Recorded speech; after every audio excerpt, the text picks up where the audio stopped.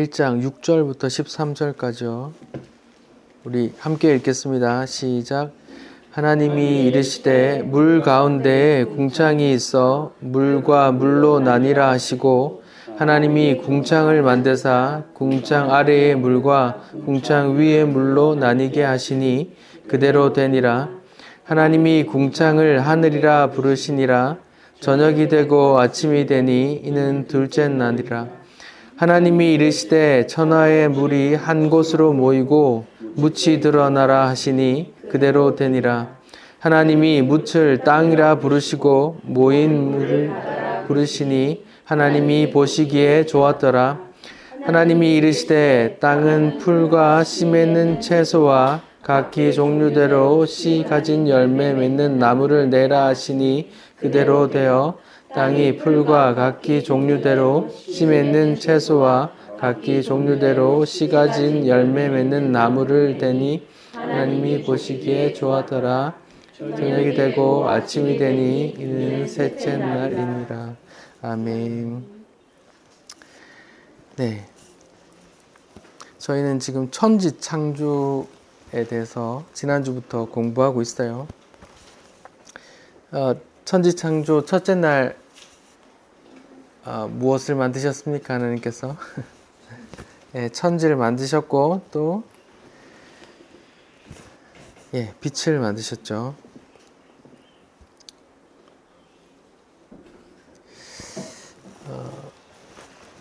창세기에서 하나님의 첫 창조는 요한계시록의 새 창조를 모형하고 힌트하고 있다고 말씀드렸어요.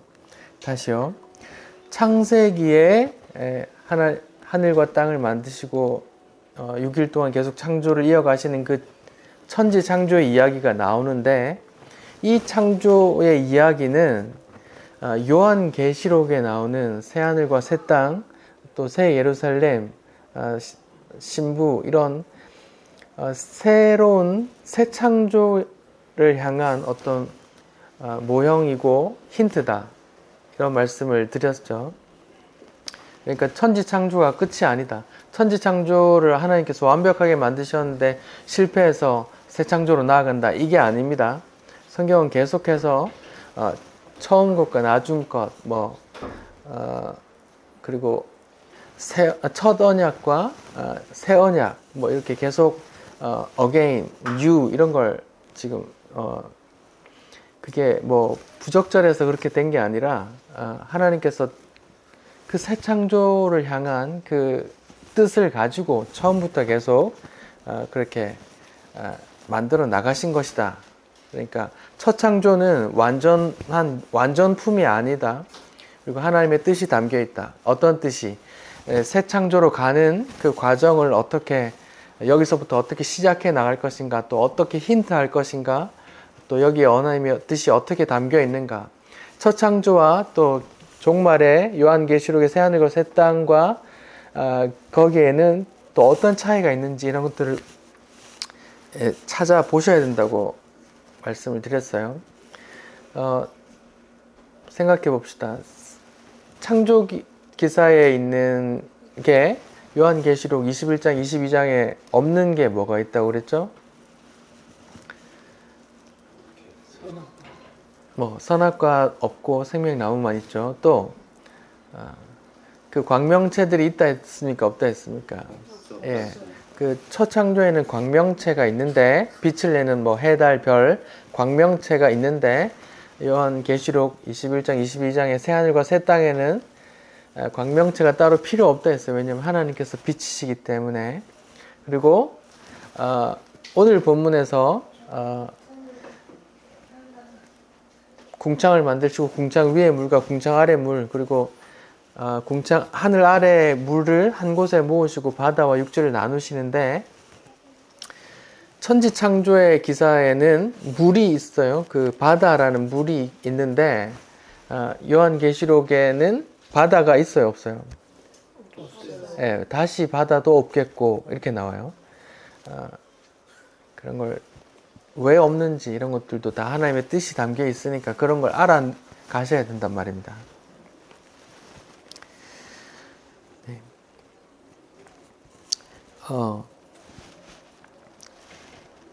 물론 그 하나님께서 새 창조를 하나님의 뜻, 그 뜻이 이루어져서 결국 새 창조가 완성되는데 그 하나님의 뜻은 뭐라 그랬습니까?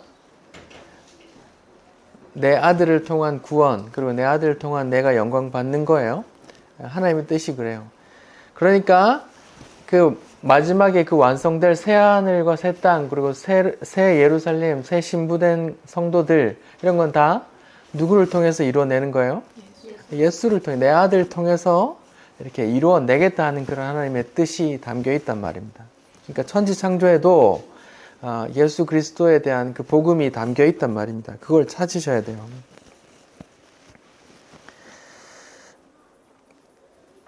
다시 조금 복습을 좀 나눠볼게요. 창세기 1장 1절에서 하늘과 땅을 처음에 만드셨어요.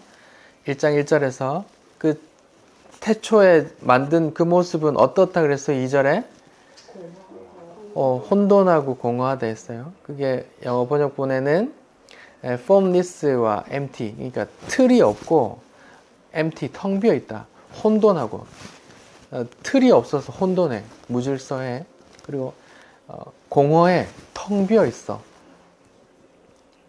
근데 창조 기사는 첫째 날에 빛 만드시고 둘째 날에 궁창을 만드셔서 물을 가르시고 셋째 날에 땅과 바다를 가르시고 이 구성체를 만드신 다음에 넷째 날, 다섯째 날, 여섯째 날에 채워 넣죠.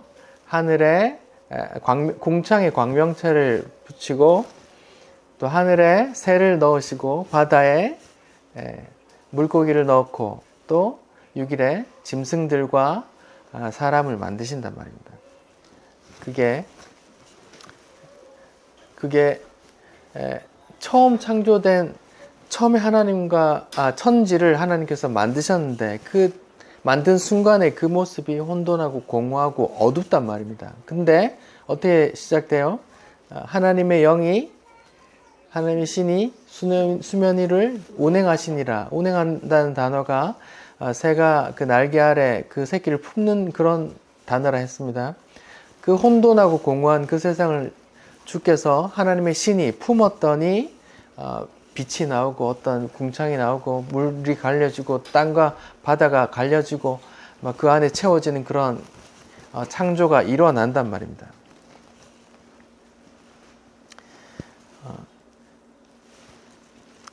그래서 제가 레위기 4장 23절을 제가 말씀드렸어요. 제가 레위기 4장 22절 23절 제가 읽어볼게요. 내 백성은 나를 알지 못하는 어리석은 자요. 하나님이요. 내 백성은 하나님을 알지 못하는 어리석은 자요. 지각이 없는 미련한 자식이라. 악을 행하기에는 지식이 있으나 선을 행하기에는 무지하도다. 보라, 내가 땅을 본즉 혼돈하고 공허하며 하늘에는 빛이 없다. 이렇게 나온단 말입니다.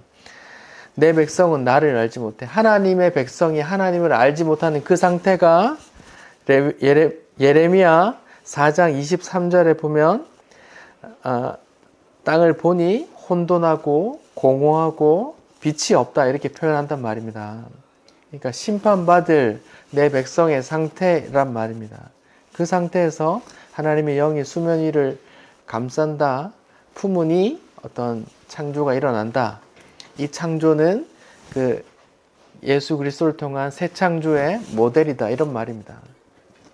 좀 연결이 되세요? 그리고 똑같이 태초에라는 말로 시작하는 요한복음을 말씀을 드렸어요. 한번 읽어봅시다. 요한복음 1장이요. 요한복음 1장 같이 한번 읽어봅시다.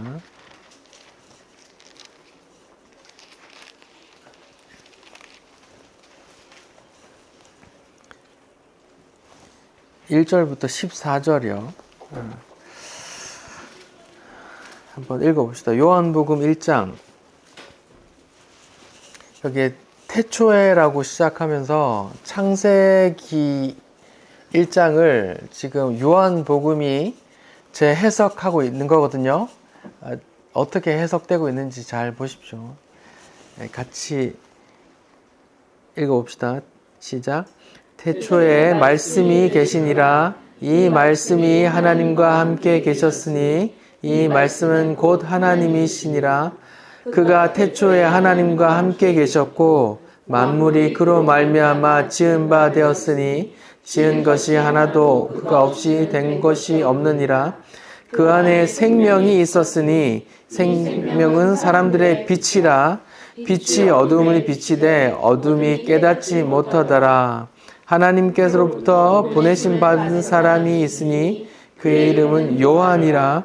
그가 증언하러 왔으니 곧 빛에 대하여 증언하고 모든 사람이 자기로 말미암아 믿게 하려 함이라. 그는 이 빛이 아니요 이 빛에 대하여 증언하러 온 자라.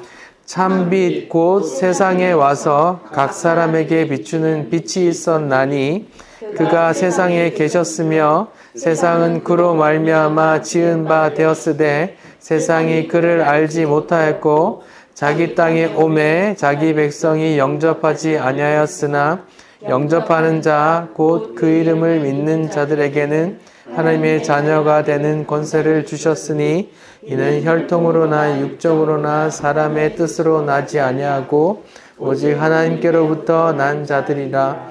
말씀이 육신이 되어 우리 가운데 거하심에 우리가 그의 영광을 보니 아버지의 독생자의 영광이요 진리가 충만하다. 네, 여기까지요. 여기에 태초에라는 게 나오고 말씀, 천지를 창조하셨던 말씀이 나오고 또 빛이 나와요. 말씀이 곧 하나님이고 또 빛이 또 그분이래요. 말씀이 육신이 되어 이 땅에 빛으로 오신 분이 예수란 말입니다. 그러니까 창세기 1장의 첫째 날의 빛은 이 땅에 육을 입고 말씀이 육신이 되어 오신 그 예수란 말입니다. 그 말을 하고 있는 거예요. 여기 보면 그러면 창세기 1장을 요한복음이 재해석한다면 그 첫째 날에 빛의 얘기가 있었으면 그 다음 날이 또 있어야 될 거 아닙니까? 여기 볼게요. 29절에 보니까 처음에 뭐라고 나와요? 예, 이튿날, 그 다음 날이란 말이거든요. 그 앞에 빛에 대한 얘기가 있었단 말입니다.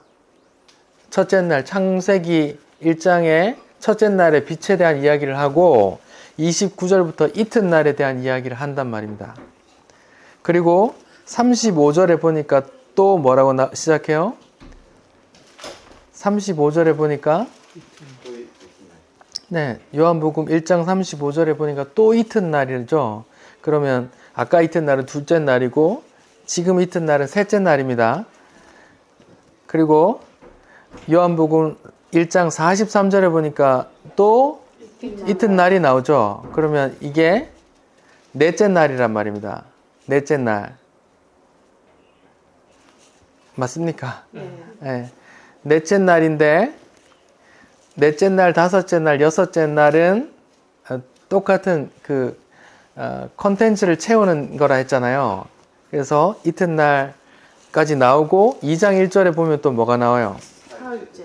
네, 사흘째 되던 날. 그 컨텐츠를 채우고 넷째, 다섯째, 여섯째 날 끝나고 사흘째 되던 날이면 일곱째 날이란 말입니다. 일곱째 날에는 창세기 기사에 뭐가 있었습니까? 안식이 있었잖아요. 그 안식이 요한복음 2장에 사흘째 되던 날에 또 나온단 말입니다.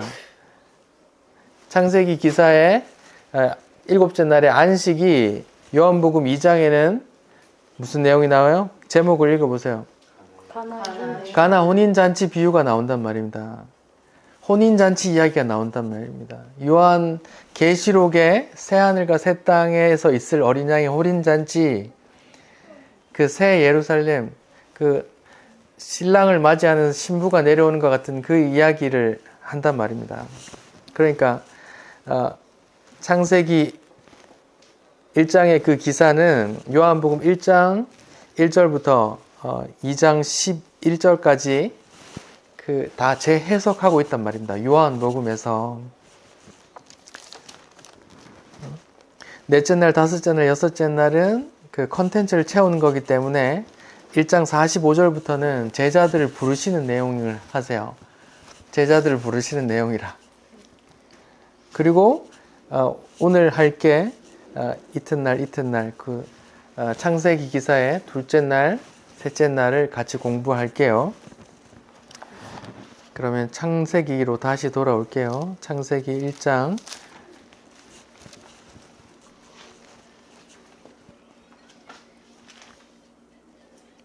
창세기 1장 6절부터 둘째 날을 읽어볼게요. 창세기 1장 6절부터 8절이요. 제가 읽겠습니다. 하나님이 이르시되 물 가운데에 궁창이 있어 물과 물로 나뉘라 하시고 지금 둘째 날에 궁창을 만드신단 말입니다. 궁창을 만들어서 물을 나누세요. 궁창 위의 물과 궁창 아래 물로 나누 7절 하나님이 궁창을 만드사 궁창 아래 물과 궁창 위의 물로 나뉘게 하시니 그대로 되었다고 말합니다. 창세기 1장 8절 하나님이 궁창을 하늘이라 부르시니 저녁이 되고 아침이 되니 이는 둘째 날이라 이렇게 나오죠. 저는 오늘 본문을 셋째 날까지 하려고 잡았어요. 셋째 날 같이 읽어볼게요. 1장 9절 하나님이 이르시되 천하의 물이 한 곳으로 모이고 묻이 드러나라 하시니 그대로 되니라. 하나님이 묻을 땅이라 부르시고 모인 물을 바다라 부르시니 하나님이 보시기에 좋았더라. 여기 나오죠. 셋째 날에는 하나님께서 어떤 일을 하셨습니까? 예, 천하에 그러니까 궁창 아래의 물을 한 곳으로 모으고 묻이 드러나라고 하니까 땅이 융기됐나 봅니다. 그리고 물이 아래로 모였나 봅니다. 그걸 우리는 바다라 하죠. 1장 10절 하나님이 묻을 땅이라 부르시고 모인 물을 바다라 부르시니 하나님 보시기에 좋았더라 나오죠. 여기서 후렴구처럼 등장하는 게 하나님 보시기에 좋았더라 나오는데 여기 특징은 창세기 둘째 날에는 하나님 보시기에 좋았더라는 말이 있습니까 없습니까? 그 이유가 있겠죠. 저는 둘째 날과 셋째 날을 한 이야기로 보기 때문에 그렇다고 저는 생각해요. 그래서 제가 본문을 같이 잡았어요. 여기 보시면 저를 좀 보세요. 자, 창조 기사를 보고 있습니다. 창조 기사를 보는데 첫째 날에 빛을 만드셨어요. 물론 천지를 만드시고 그 초기 상태는 공허한 상태에서 이제 하나님께서 어떤 액션을 시작하시는 게 첫째 날에 빛을라고 말하시고 빛을 만드시니 어둠과 빛이 나누어졌다 이렇게 나오잖아요. 그걸 이제 요한복음 1장에서는 예수님께서 자기 백성, 자기 땅에 오시니 아무도 영접하지 않더라. 빛이 어둠을 비췄는데 아무도 영접하지 않더라 이랬죠. 빛과 어둠이 나눠지는 거란 말입니다. 그렇게 나눠주는 와중에 근데 어떻게 영접하는 사람이 한 사람씩 있네. 근데 그 사람들은 하나님의 자녀가 되는 권세를 또 새 창조되는 신부가 될 거야. 이런 이야기가 담겨 있고 자, 둘째 날, 셋째 날 이야기는 물에 관한 이야기입니다. 물. 그 혼돈한 상태에 궁창을 만들었어요. 궁창을 만들었더니 궁창 위의 물과 궁창 아래의 물이 나눠졌다 그래요. 궁창으로 인해서 물 위의 물과 아래 물이 나눠졌어요. 그리고 셋째 날 이 궁창 아래 물을 한 곳에 모으고 땅을 드러나라 해서 물을 바다라 하고 이걸 땅이라고 한다고 했잖아요. 다 물에 대한 이야기란 말입니다. 물에 대한 이야기. 그래서 둘째 날, 셋째 날 한꺼번에 이야기하고 보시기에 좋았더라 뒤에 같이 붙인단 말입니다. 여러분 궁창이 뭡니까? 시궁창 말고 궁창은 한자는 하늘궁, 풀을 창. 그러니까 한자 궁창은 무슨, 풀은 하늘이란 뜻이에요. 그냥 궁창. 그런데 우리가 보는 글은 궁창이라고 나와 있지만 그 창세기 원어, 히브리어 원어 단어는 라키아라는 단어인데, 이것은 히브리어에서 금속으로 금속판을 얇게 망치로 두드려서 얇게 편 그런 판때기를 말하는 말이거든요. 그러니까 어떤 물이 공허하게 이렇게 혼돈하게 가득 있었는데 어떤 궁창을 만들었더니 판 같은 궁창으로 위의 물과 아래 물을 나눴다, 이렇게 말하는 거예요. 자, 여기 뭐 넷째 날에 보시면 이제 그 궁창에 광명체를 달거든요. 그럼 생각을 해봅시다. 제가 그려볼게요. 땅이 있어요. 이렇게 궁창이 있어요. 그래서 궁창 위에 물이 있어요. 궁창 아래 물이 있어요. 근데 궁창 아래 물을 한 곳에 다 모았어요. 그리고 땅이 드러났어요. 성경에서 말하는 히브리식 세계관, 지구관은 이래요. 땅이 있고, 궁창이 있고, 궁창 위에 물이 있고, 궁창 아래 물이 있고. 제가 지금 요 사진을 제가 카톡으로 보내드릴게요. 한번 보세요. 자, 제가 보내드렸어요. 한번 보세요. 그림을 한번 보세요. 이게 히브리식 세계관이에요.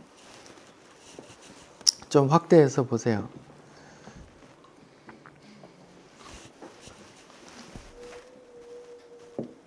네, 도준이 아빠한테 보냈어요. 같이 좀 보세요. 여기 보시면 땅이 있고, 여기 시커먼 위에 동그란 게 궁창이에요. 동그란 궁창이 있고, 궁창 위에 물이 있고, 궁창 아래 물이 있고, 육지가 드러나고, 여기 보면 하늘의 창문이라고 해서 창문이 있어서 하늘에서 또 비를 내려요. 그리고 여기 궁창에 동그란데 해, 달, 별이 이렇게 있는 그림이에요. 창세기 기사에 따르면 이런 그림이에요.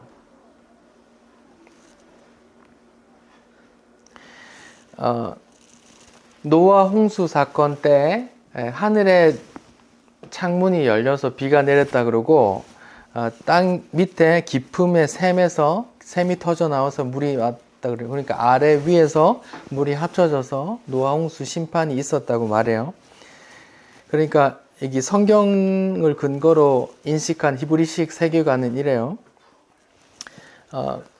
궁창에 해달 별이 붙어 있고, 거기에 창문 같은 게 문이 있어서 하나님께서 뜻하실 때 문을 열어서 수증기로 물을 보내면 구름이 생겨서 구름이 돌아다니다가 어떤 공간에 비를 쏟고 없어진다. 이런 세계관을 갖고 있었단 말입니다. 오늘날 우리가 알고 있는 하늘과 우주와 그런 거하고 다르죠? 똑같나요? 다르죠? 네, 다르죠? 네. 뭐가 맞는지 여러분들 알아서 생각하시고 공부해 보십시오. 아무튼 성경 창세기를 기반한 창세기 1장에 근거한 이 우리가 살고 있는 곳과 하늘과 궁창과 광명체와 그 궁창 위의 물과 궁창 아래의 물은 이런 그림이란 말입니다.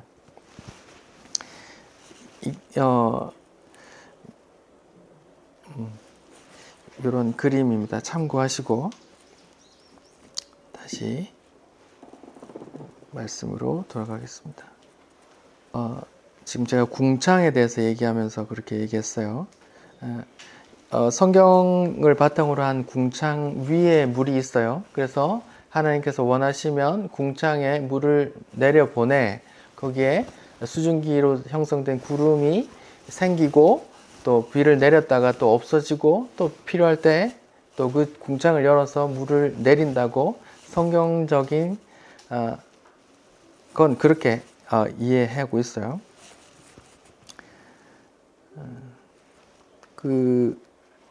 이제 요런 이야기가 이제 우리에게 알려진 지구와 대기권 밖에 성층권, 그 밖에 열권, 그 다음에 우주, 해와 달과 광명천은 일단 우주에 있다고 알고 있잖아요. 만약 성경과 이걸 합쳐시키려면 궁창이라는 게 그만큼 우주만큼 광활한 곳이라고 해석을 하든가. 근데 그렇게 해석을 해도 그 궁창 위에 물이 있다는데 그 물이 우주에서 내려와서 우리에게 비가 내리는 건 아니잖아요. 아무튼 성경적인 창조 기사와 우리가 지금 인식하고 있는 현대과학으로 따른 그런 우주관과 하늘관이 다르다. 이걸 인식하셔야 됩니다. 그리고 뭐가 맞는지 여러분들이 다 각자 고민을 해 보셔야 돼요. 여기에 보면 9절에 보면 물이 바다에 궁창 아래 물을 한 곳에 모으고 묻이 드러났다고 했잖아요. 여기서 말한 그 묻이란 마르다, 바짝 마르다라는 동사를 이제 명사로 바꾼 단어예요.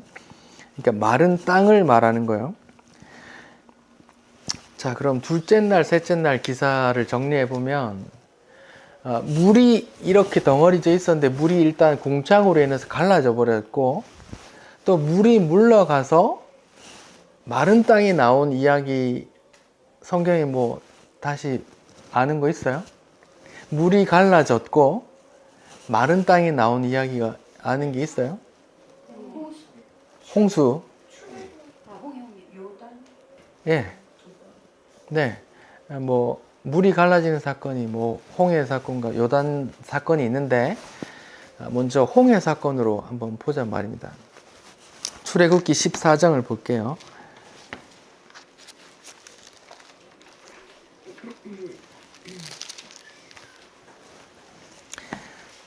출애굽기 14장 제목은 홍해를 건너다 이렇게 나오죠. 13장까지 이제 10번째 재앙까지 있어가지고 애굽에 양의 피를 바르지 않은 모든 애굽 집의 첫째 자식과 가축은 다 죽어버렸어요. 그래서 바로가 망연자실해서 떠나가라 하고 이제 이스라엘을 풀어줬어요. 그래서 모든 짐을 챙겨서 보석 챙겨서 떠나왔어요.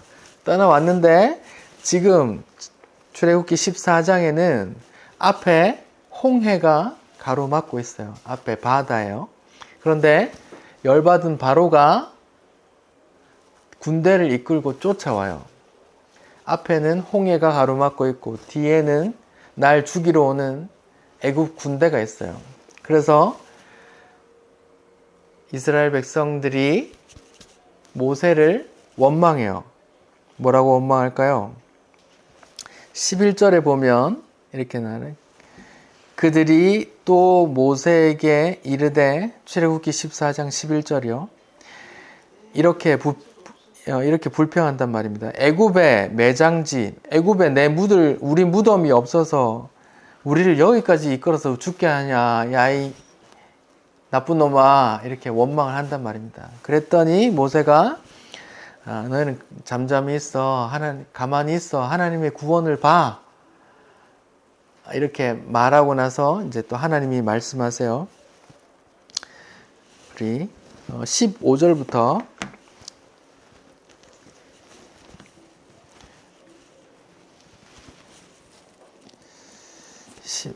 15절 말고 그럼 18절부터 우리 읽어봅시다. 18절부터 23절까지 우리 같이 읽어볼게요. 18절, 23절 시작. 내가 바로와 그의 병거와 마병으로 말미암아 영광을 얻을 때야 애굽 사람들이 나를 여호와인 줄 알리라 하시더니, 이스라엘 지인 앞에 가던 하나님의 사자가 그들의 뒤로 옮겨가매 구름 기둥도 앞에서 뒤로 옮겨 애굽 진과 이스라엘 진 사이에 이르러 서니, 저쪽에는 구름과 흑암이 있고 이쪽에는 밤이 밝음으로 밤새도록 이쪽과 이쪽 가까이 못하였다. 잠깐만요. 20절에 보니까 이게 애굽 진영과 이스라엘 진영이 나눠져요. 어디는 밝고 어디는 어두워요? 애굽 진영은 흑암이라고 그러고 이스라엘 진영은 밝다고 나오죠. 여기에 지금 창세기 1장의 창조 기사의 이야기가 반복되고 있습니다. 빛이 왔더니 빛과 어둠이 나눠졌다는 얘기예요. 자, 21절이요. 시작. 모세가 바다 위로 손을 내밀매 여호와께서 큰 동풍이 밤새도록 바닷물을 물러가게 하시니 물이 갈라져 바다가 마른 땅이 여기 보세요. 물이 갈라져 바다가 마른 땅이 튀어나왔어요. 굳이 마른 땅이라고 쓴단 말입니다. 그 단어, 창세기 단어를 쓴단 말입니다. 마른 땅, 무치라고 번역됐지만 똑같이 마른 땅이에요. 물이 사라지고 육지가 드러났어요. 그리고 22절, 22절 읽어볼게요. 시작. 이스라엘 자손이 바다 가운데를 육지로 걸어가고 물은 그들의 좌우벽이 되니. 보세요. 지금 가운데 길이 나고 물이 좌우에 벽이 됐다 그러죠. 물이 갈라졌죠. 그리고 20절에는 빛과 어둠, 21절에는 바다가 사라지고 마른 땅이 나왔고 22절에는 물이 또 갈라져서 양쪽으로 벽이 서 있단 말입니다. 창세기 기사가 반복되는 게 느껴지세요? 여기 보세요. 홍해 사건에서 빛과 어둠이 나뉘어지고 물이 갈라지고 바다가 사라지고 마른 땅이 등장하는 것, 이것이 뭐예요? 이스라엘 백성이 이 홍해를 건너는 게 뭐예요? 두 글자로 구원이란 말입니다. 하나님은 하나님 편에 선 이스라엘 백성이 빛이 밝게 빛나고 나머지 편은 어둡게 된단 말입니다. 그리고 물이 갈라지고 물이 말라버리고 마른 땅이 나왔단 말입니다. 그것이 뭐예요? 구원이란 말입니다. 이스라엘 백성이 지나갈 길, 구원이란 말입니다. 그러니까 창세기 창조 기사의 둘째 날, 셋째 날의 이야기는 하나님의 구원의 이야기가 담겨 있단 말입니다. 빛과 어둠, 첫째 날도 마찬가지고요. 둘째 날, 셋째 날 물이 갈라져서 또 마른 땅이 나오고, 이 얘기가 이 홍해 사건에서 보듯이 구원의 이야기란 말입니다. 구원의 이야기. 물이 갈라지고 빛과 어둠이 갈라지고 또 물이 물러가고 마른 땅이 나오고, 그런데 누구에게는 구원의 이야기고 아까 어둠의 편에 있는 사람들은 어떻게 돼요? 23절 읽어봅시다. 시작. 애굽 사람들과 바로의 말들, 병거들과 그 마병들이 다 그들의 뒤를 추격하며 바다 가운데로 들어오니라. 24절. 새벽에 여호와께서 불과 구름 기둥 가운데 애굽 군대를 보시고 애굽 군대를 어지럽게 하심에 그들의 병거 바퀴를 벗겨서 달리기가 어렵게 하시니 애굽 사람들이 이르러 이스라엘 앞에서 우리가 도망가자. 여호와 그들을 위하여 싸워 애굽 사람들을 치는도다. 이렇게 하고 그 뒤에 이스라엘 자손들은 지나가고 나니까 뒤에 애굽 군대가 지나고 있을 때 물이 다시 합쳐져서 심판으로 다 죽었더라, 이런 이야기가 나와요. 애굽 군대, 아까 애굽 진영은 어둡다 그랬잖아요. 그 진영은 다 어두운데 밝은 진영은 구원의 이야기이고 어둠의 진영은 다 심판받는 이야기란 말입니다. 여러분 신기하지 않으세요? 창세기의 첫째 날부터 셋째 날의 이야기가 여기 홍해 사건에 탁 들어가 있어요. 누군가에겐 구원의 이야기고 누군가에겐 심판의 이야기란 말입니다.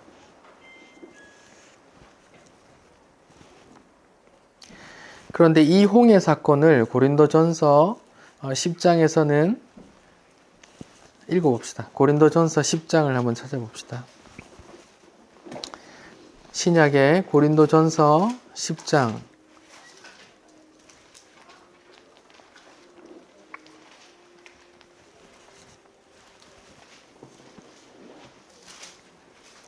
10장 고린도전서 10장 1절 2절 같이 읽겠습니다. 시작.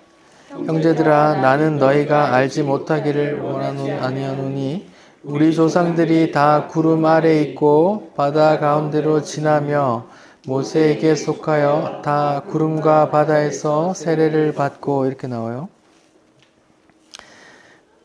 구름 아래 있고 바다 가운데 지나며 이 홍해 사건을 말하는 겁니다. 홍해 사건을 지나는데 이걸 뭐라 그래요? 예, 세례라고 말한단 말입니다. 모세에게 속하여 받은 세례라고 말해요. 창세기 1장의 둘째 날, 셋째 날의 이야기가 홍해 사건에 담겨 있는데 신약의 고린도 전서에서 이 홍해 사건을 해석하기를 세례다 이렇게 말해요. 세례다, 세례라 이렇게 말해요. 여러분 다 세례가 뭔지 아시는지 모르겠는데 오늘날 교회에서는 침례 그 욕조가 있는 걸 제외하고는 전부 다 간단하게 그냥 손에 물 떠서 이렇게 얹어주는데 성경에서 말하는 세례는 이렇게 완전히 숨이 멎을 정도로 코까지 다 담겨서 이렇게 호흡할 수 없는 상황에서 이렇게 다시 튀어나오는 그런 죽었다 살아나는 이야기를 뜻하거든요. 창세기 기사에 이야기가 홍해 사건에 그대로 담겨 있었는데 그것은 구원과 심판의 이야기였어요.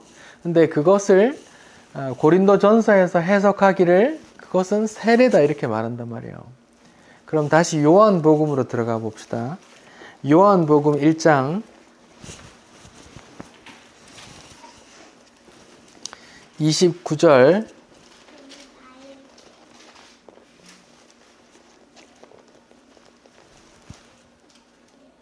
29절부터 34절 한번 읽어봅시다. 시작. 이튿날 요한이 예수께로 가기에 나오심을 보고 이르되 보라 세상 죄를 지고 가는 하나님의 어린 양이로다. 내가 전에 말하기를 내 뒤에 오시는 있는데 나보다 앞선 것은 그가 나보다 먼저 계심이라 한 것이 이 사람을 가리킴이라. 나도 그를 알지 못하였으나 내가 와서 물로 세례를 베푸는 것은 그를 이스라엘에 나타내려 함이라. 요한이 또 증언하여 이르되 내가 봄에 성령이 비둘기같이 하늘로부터 내려와서 그의 위에 머물렀더라.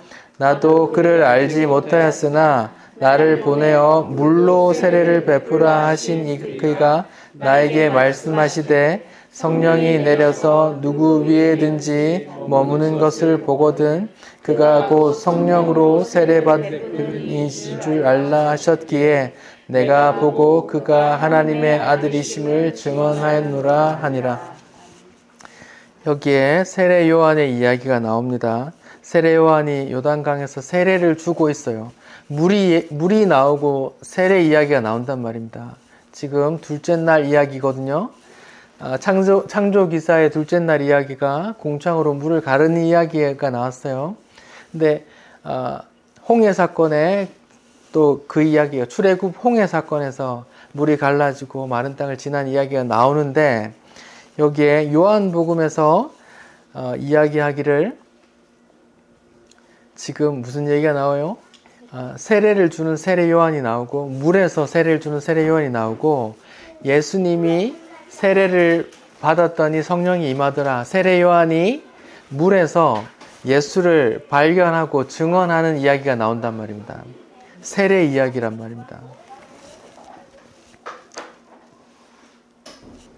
자, 다시요. 제가 창조기사에서 창조기사 둘째 날, 셋째 날 이야기가 물을 가르시고 마른 땅을 내는 이야기가 출애굽기 홍해 사건에서 반복됐어요. 그대로. 근데 출애굽기 홍해 사건을 고린도전서 10장에서는 해석하기를 그것이 뭐라고요? 세례다고 말해요. 그런데 창세기 창조 기사를 재해석한 요한복음 1장 2장의 이야기에서는 그 이튿날의 이야기가 세례 이야기가 또 나온단 말입니다. 근데 예수님이 등장하세요. 구원의 이야기가 나온단 말입니다. 아까 홍해 사건이 뭐라 그랬어요? 구원의 이야기를 했잖아요. 물이 갈라짐은 구원의 이야기란 말입니다. 근데 그것을 고린도전서 10장에서는 세례라고 말하고 그 세례라고 말했는데 요한복음에서 이튿날의 이야기는 세례 주는 물이 나오고 세례 주는 이야기가 나온단 말입니다. 그때 세례 요한이 주는 세례는 회개의 세례거든요. 다시요. 세례 요한이 주는 세례는 회개의 세례예요. 내가 죄인입니다 라고 고백하고 인정하는 세례란 말입니다. 그런데 예수님께서 등장해서 세례 요한한테 세례를 받는단 말입니다. 그러면 예수님이 나는 죄인입니다 라고 고백하는 꼴이 되잖아요. 예수님은 원죄가 있으세요? 아담으로부터 오는 원죄가 없다고 성령으로 잉태돼 동정녀 마리아에게서 나셨다 했잖아요. 원죄가 없단 말입니다. 처음부터 하나님께서 이 피조세계에 주사기를 꽂아서 그냥 집어넣은 성령의 아들이란 말입니다. 그런데 여기서 세례의 이야기가 왜 나오냐 하면 예수님께서 이 죄인과 연합하는 이야기란 말입니다. 내가 죄인이 되겠다 이 말입니다. 이것을 율법의 제사로 이야기로 바꾸면 제사 지내는 죄인이 있어요. 그리고 자기 대신 죽을 어린 양을 끌고 나오죠. 그래서 제사장 앞에서 양을 잡습니다. 양을 잡기 전에 뭐래요? 안수 기도를 합니다. 죄인이 데리고 오는 죄인이 직접 양에게 제사장이 손 얹는 거 아니고 죄인이 끌고 온 그 어린 양의 머리에 손을 얹습니다. 그건 뭐예요? 내 죄가 뿅 하고 이렇게 간다. 이게 진짜 가는 건 아니지만 다 예수 그리스도의 구원을 모형하는 게 제사거든요. 그렇게 넘어간다 이런 걸 말하거든요. 그러면 이 세례도 역시 예수님께서 이 죄인의 받을 회개의 세례를 받는 건 예수님께서 내가 죄인과 연합하겠다. 내가 죄인이 되겠다. 내가 죄인이 되어 너의 짐을 다 짊어지겠다. 내가 나중에 십자가로 지겠다. 이런 걸 내포하는 거란 말입니다. 이해가 되세요? 잘 따라오고 계신가요?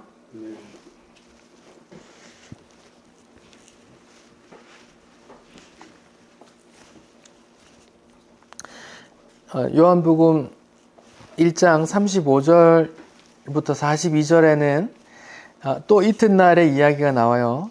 이튿날의 이야기가 나오고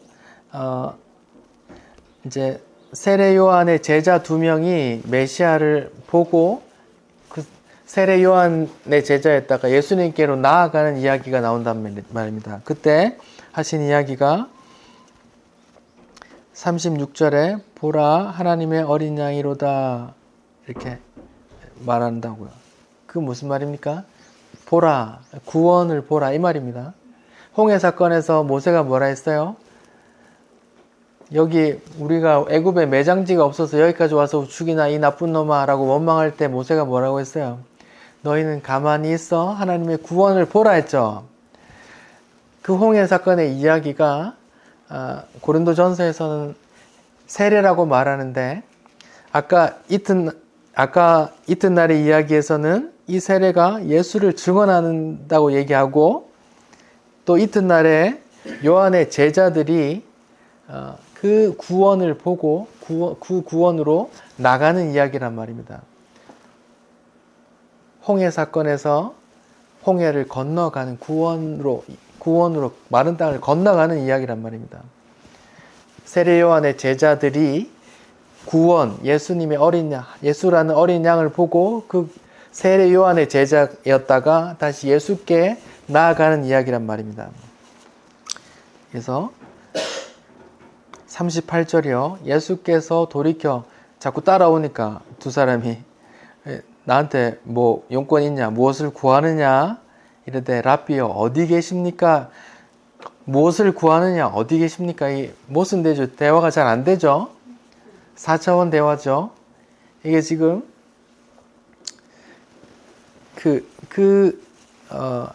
세례 요한의 제자들은 지금 구원을 보고 그렇게 건너가는 홍해 사건을 건너가는 그 이야기를 해야 되기 때문에 어디 계십니까? 내가 따라가겠습니다 하니까 39절에 와서 보라 하고 이제 데려간단 말입니다. 예수께 연합해서 그 홍해, 저주의 홍해를 건너간단 말입니다. 예수를 만나가 건너간단 말입니다.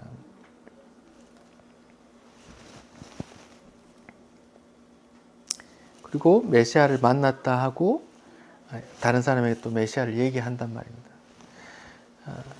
그러면 제가 지금 창조기사, 창세기 1장의 둘째 날, 셋째 날의 이야기가 홍해 사건, 물이 갈라지고 마른 땅이 나오고 하는 그 이야기로 됐는데 그 홍해 사건의 구원과 심판의 이야기는 또 세례라고 그러고 요한복음에서는 또 둘째 날, 셋째 날에 세례받는 예수 그리스도께서 나오고 또 그 다음 날에 그 구원을 보고 그 구원으로 그 예수께 가서 구원에 이르는 그 이야기가 나온단 말입니다.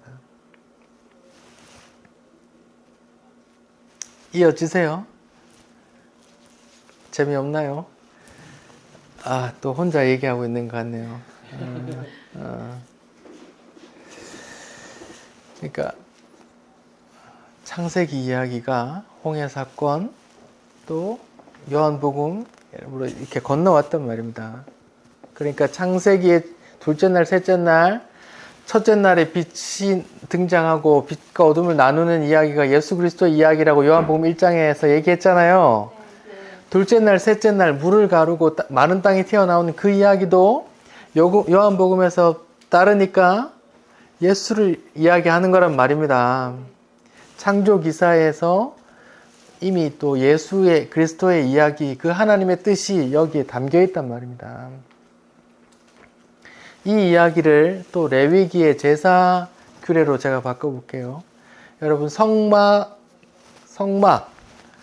성막을 누가 만들었습니까? 모세가 만들었죠. 홍해 이스라엘 백성을 출애굽시켜서 홍해를 건너서 광야에 이르렀다가 시내산에 이르러서 모세가 하나님과 독대 40일 동안 독대했잖아요. 그때 그 하나님의 영감으로 그 창세기 이야기도 받았어요. 이걸 써라 하고 받고 또 그 하늘의 것들을 보고 여기 땅에서 만들어라고 갖고 왔어요. 그게 뭐예요? 성막이거든요. 모세가 보고 하늘의 것을 보고 이 땅에 만든 게 성막이란 말입니다. 성막을 여러분 아세요? 잘 모르시니까 제가 다시 카톡으로 사진 한 장 드릴게요. 여기 사진을 하나 드렸는데 여기 보면 성막의 울타리가 이제 외관 모습이 있어요. 그 뒤에 시커먼 천 덮어 놓은 건 성소예요. 성소 안에 들어가면 그 휘장이 가로막고 있고 그 휘장을 건너 또 들어가면 지성소란 말입니다. 거기 가장 거룩한 곳, 지극히 거룩한 장소, 지성소예요. 지성소에 뭐가 있다 했어요? 언약궤. 언약궤 위에 뚜껑은 시온좌, 베풀 시, 은혜가 베풀어지는 자리란 말입니다. 거기에 지극히 거룩한 그곳에서 지성소가 있어요. 자, 여기 그 하늘의 것을 보고 이 땅에서 만들어내는 게 성막인데 성막에 창조기사가 담겨 있는지 볼게요. 여기 왼쪽에 보면 이렇게 성막에 천 문이 있거든요. 그 천 울타리 문을 들어가면 첫째로 만나는 게 뭐예요? 그 커다란 네모난 게 뭐예요? 번제단이에요. 번제단이 뭐 하는데요? 여기에 여기서 누가 타요? 제물이 타잖아요. 흠없는 재물이 타죠. 불빛이죠. 그 불빛이 뭐에 의해서 생겨나요? 누가 타요? 예수 그리스도, 육신을 입고 온 이 땅에 빛으로 오신 그 예수님의 빛이 보인단 말입니다. 그 다음에 뭐가 있어요? 물두멍이 있어요. 이게 놋을 펴서 만든 놋이거든요. 물두멍에 뭘 담아요?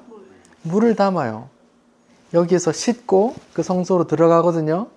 이게 씻고 안 씻고 들어가면 죽음을 당한단 말입니다. 여기에 둘째 날, 셋째 날의 이야기가 물두멍의 이야기란 말입니다. 그리고 나서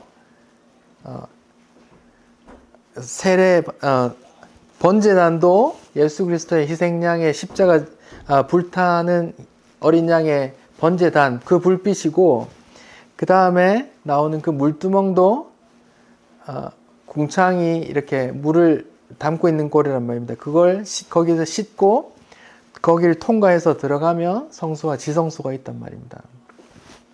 그리고 그 지성소로 아무나 못 가요. 대제사장이 1년에 한 번만 들어가라고 말했는데, 그 성소와 지성소를 가로막고 있던 그 휘장이 언제 찢어져요?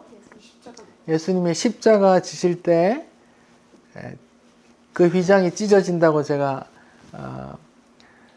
선악과 에덴 동산 쫓겨날 때 생명나무를 가로막고 있는 불, 칼, 그룹 이야기할 때 말씀드렸어요. 맞나요? 마가복음 15장을 한번 봅시다. 마태, 마가예요. 마가복음 15장.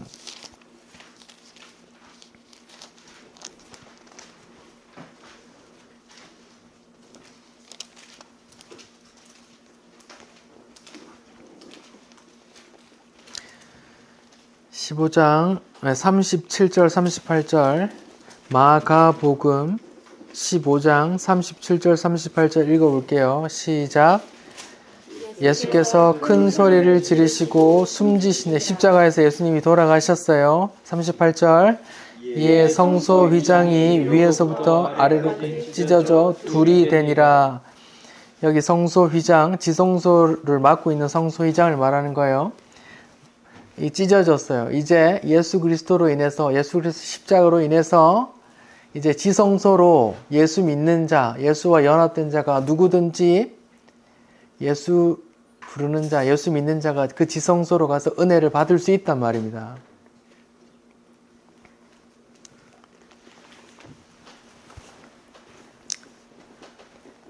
자, 다시요.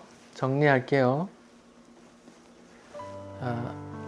창조 기사, 창세기는 모세라는 사람이 썼어요. 모세 오경이라 그래요. 창세기, 출애굽기, 레위기, 민수기, 신명기를 모세 오경이라 그래요. 모세가 썼어요. 출애굽기부터는 다 자기가 겪은 일들을 썼는데, 그 창세기는 자기가 전혀 경험하지 못한 이야기를 그 하늘의 것을 보고 썼어요. 그래서 창세기의 창조 기사의 이야기도 그거고, 또 하늘의 것을 보고 성막으로 만든 그 성막, 그 제사 규례도 다 그것을 보고 썼단 말입니다. 그러니까 창조 기사의 이야기도, 성막의 이야기도, 또 그들이 직접 출애굽하면서 홍해를 건넌 이야기도 다 연결된단 말입니다. 다 연결되고 그 이야기를 신약에서 요한복음 1장에서 해석하기를 그것이 또 세례의 이야기고 예수의 이야기다. 예수를 증거하는 이야기다. 예수로 인해서 구원받는 이야기다. 예수로 인해서 그 위장이 찢어져 구원받는 이야기다. 이렇게 다 연결된단 말입니다. 이해가 되세요? 네. 굉장히 어려운 이야기를 제가 하고 있습니다. 성경 전체에서 창세기부터 요한계시록, 요한복음, 요한계시록 이렇게 다 연결 짓고 있어요. 이게 성경 신학적으로 본 창조 기사란 말입니다. 첫째 날, 둘째 날, 셋째 날 이야기까지 했어요. 모두 다 첫째 날의 빛도, 둘째 날에 물을 가른 이야기도, 마른 땅이 나오는 이야기도, 그 마른 땅으로 누군가 건너가게 된다는 이야기를 하고 있단 말입니다. 그 아들 예수를 통해서 창조기사에서도 예수를 증거하고 있단 말입니다. 이제 우리는 하늘을 공창 아래 그 위에서 내려오는 그 비를 보고도, 비구름을 보고도, 또 저 바다, 육지로 넘어오지 않는 저 바다를 보고도, 또 우리가 이 육지를 바닷물이 싹 빠져나간 이 마른 땅을 걸으면서도 우리는 그 예수를 생각하셔야 된단 말입니다. 홍해 사건도 생각하시고 그 예수를 생각하시란 말입니다. 예수의 구원을. 그것이 하나님의 뜻이니까요. 기도하겠습니다. 하나님 감사합니다. 모세를 통해 그 하늘의 이야기, 그 하나님의 뜻을 말씀해 주시니 감사합니다.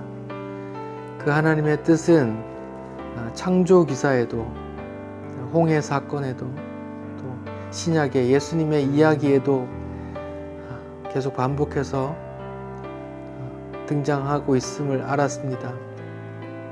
하나님, 창조 기사의 첫째 날의 빛도, 둘째 날에 물의 갈라짐도, 셋째 날에 바다가 물러가고 마른 땅이 나오는 그 이야기도 다 홍해 사건과 연결된 예수 그리스도를 통한 구원의 이야기임을 우리에게 믿게 해 주옵소서. 감사합니다. 예수님 이름으로 기도합니다. 아멘.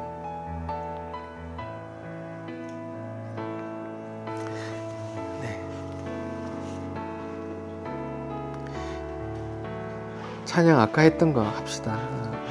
난 지극히 작은 자, 십자가의 전달자.